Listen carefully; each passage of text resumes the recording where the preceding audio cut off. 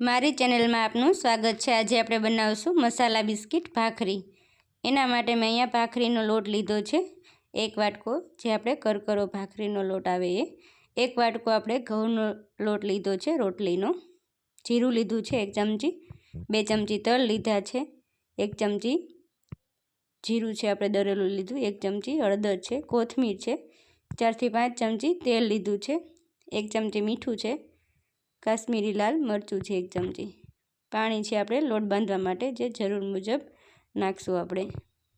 એક બાઉલ લીધું છે, એમાં આપણે બંને લોટ છે એ નાખી દઈશું। મેં બંને લોટ છે એ ચાળીને જ લીધા છે। આ રીતે આપણે બંને લોટ છે એ લઈ લેશું, એકદમ પરફેક્ટ માપ સાથે બનશે। મીઠું લીધું છે એ નાખશું। હવે આપણે એક પાટલી